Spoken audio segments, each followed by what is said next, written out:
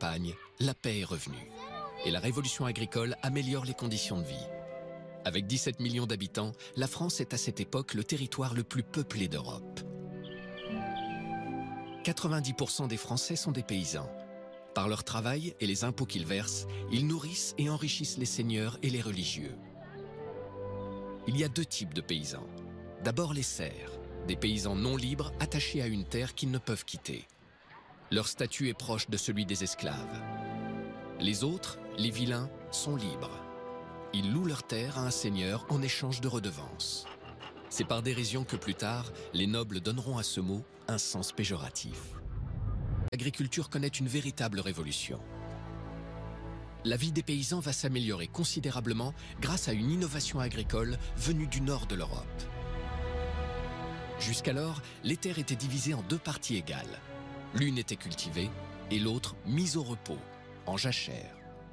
Désormais, les terres seront divisées en trois parties au lieu de deux.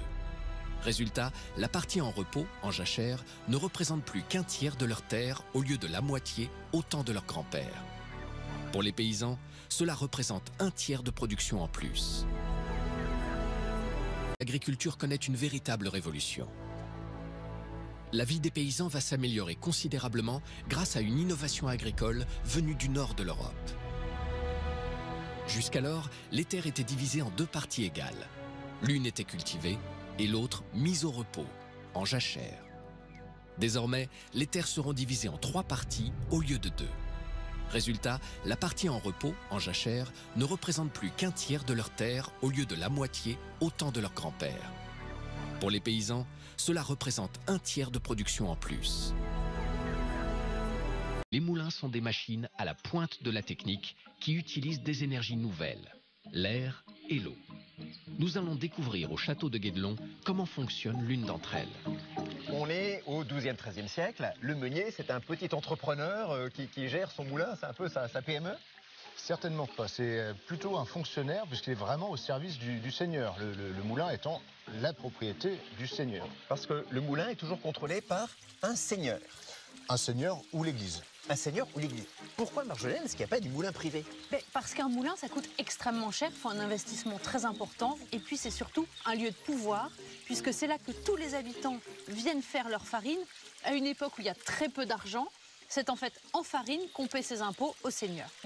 Création du Moyen-Âge, ce moteur hydraulique est destiné à remplacer la force humaine.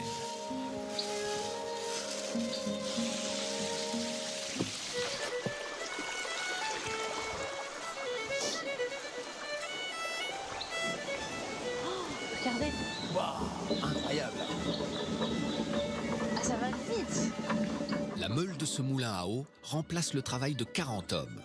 Le recours à l'énergie hydraulique est une véritable révolution technique.